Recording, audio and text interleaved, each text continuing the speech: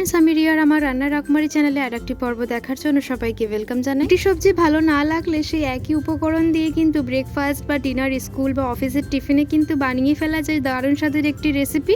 এর জন্য খুবই হেলদি একটি রেসিপি, শুরু থেকে শেষ পর্যন্ত দেখার অনুরোধ রইল। আমি এখানে নিয়েছি 4টে থেকে 5টা গাজর, বিনস, আর এখানে নিয়েছি 2টো সেদ্ধ করা আলু। আরও সবজি অ্যাড করতে পারো, আমার কাছে 3টে ছিল বলে আমি 3টে ইউজ করছি। এটা দিয়ে ভালো করে আমি প্রথমে গাজরগুলোকে গ্রাইন্ড করে নিচ্ছি। দেখো কতটা মিহি আর সফট হয়েছে, যাতে মুখে একদম বাঁধবে না আর বাচ্চারা একদম নিমেষেই খেয়ে নেবে, বুঝতেই পারবে না যে নানান রকমের সবজি অ্যাড হয়েছে।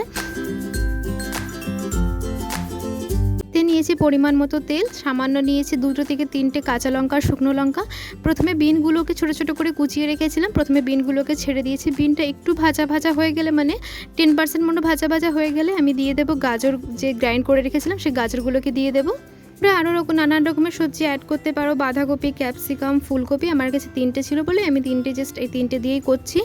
এতে বাচ্চাদের জন্য খুবই হেলদি একটি রেসিপি। গাজরটা আমি একটু সামান্য 2 থেকে 3 মিনিটের মতো ঢেকে রাখবো।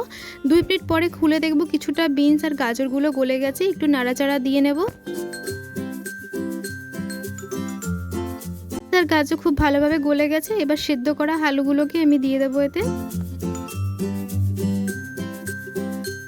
আলুগুলো 2 মিনিট ভাজার পর আমি দিয়ে দিয়েছি পরিমাণ মতো নুন, একটু সয়া সস আর সামান্য মতো দিয়েছিলাম ম্যাগি মশলা। এবার খুন্তির সাহায্যে ভালো করে একদম ঘেটে ঘেটে নিতে হবে, যাতে মুখের মধ্যে একদম গাজর, বিনসগুলো যাতে একদমই না বাঁধে আর বাচ্চারা একদমই টের না পায়, একদম নিমেষেই খেয়ে নিতে পারে। একদম লাস্টে দিয়ে দিলাম আমি ধনেপাতা কুচি। আমার এদিকে স্টাফিংটা একদম রেডি। এবার আমি আটাটা মেখে নেব। প্রথমে আমি এখানে নিয়েছি 3 কাপ মতো আটা, যে যতটা লোক থাকবে সেই অনুযায়ী কিন্তু দেবে। আমি এখানে 3 কাপ আটা নিচ্ছি।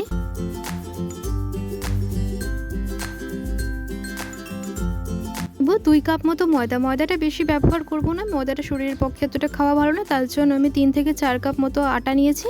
তারপরে দিয়ে দিলাম 1 চামচ মতো, না ছোটো চামচের 1 চামচ মতো কালো জিরে দিয়েছি, আর কুচিয়ে রাখা ধনেপাতা দিয়েছি, আর দিয়েছিলাম সামান্য পরিমাণে তেল, যাতে ময়ানটা ভালোভাবে হয়। টেম্পারেচারে যে জলটা থাকে সেই জল দিয়ে ভালো করে আমি মেখে নেব। আমার আটাটা খুব সুন্দর মাখা হয়ে গেছে, একদম নরমও হয়নি, একদম শক্তও হয়নি, মিডিয়াম আছে। এই যে আঙুল বসে যাচ্ছে সেই অনুভাবে মাখবে। এবার একটা লেচি কেটে নেব। এটা কিন্তু অত্যাধিক বড় করবে না, অত্যাধিক ছোটও করবে না, মিডিয়াম সাইজে রাখার চেষ্টা করবে। এভাবে আমরা রুটি তৈরি করি। রুটি তৈরির গোলটা যেমন 100% হয়, এখানে আমি 70% মতো গোলটা করে নেব।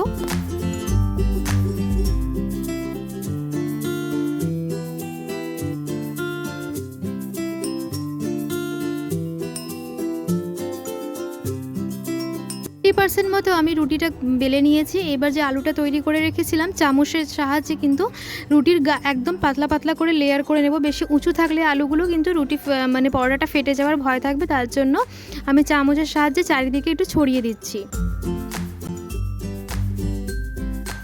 স্টাফিংটা ভরা হয়ে গেছে। প্রথমে আমি ডান সাইড থেকে মুখটা বন্ধ করে নেব, তারপরে বাঁ সাইড থেকে মুখটা বন্ধ করব, তারপরে উপরের পোর্শনটাকে ভালো করে বন্ধ করে নেব, তারপরে আরেকটা উপরের পোর্শন থেকে বন্ধ করে নিয়ে আঙুলের সাহায্যে ড্যাব ড্যাব ড্যাব ড্যাব করে দেবো, যাতে রুটিটা মানে পরোটাটা একদম ফেটে বেরিয়ে না আসে।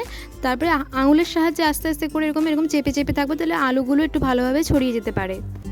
প্রসেসে কিন্তু আমি আরেকটা দেখাচ্ছি।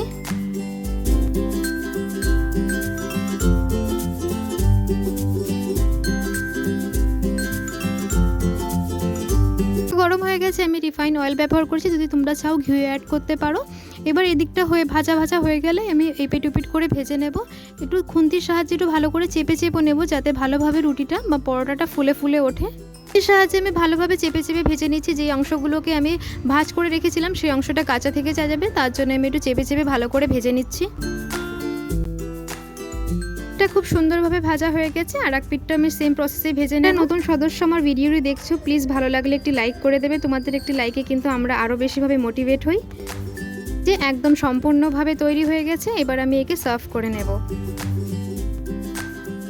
ভেজ মিনি পরোটা বা ভেজ মোগলাইও বলতে পারো, সম্পূর্ণভাবে তৈরি হয়ে গেছে। মেয়েকে সার্ভ করে নিয়েছি। এটা কিন্তু শুধু টমেটো কেচাপ দিয়েও খাওয়া যেতে পারে, খেতে ভীষণ সুস্বাদু হয়। যে আমি একটা কেটে দেখালাম, দেখো স্টাফিংটা কত সুন্দর হয়েছে, চারিদিকেই কিন্তু স্টাফিংটা রয়েছে, চারিদিকে কিন্তু সবজিটা ছড়িয়ে গেছে।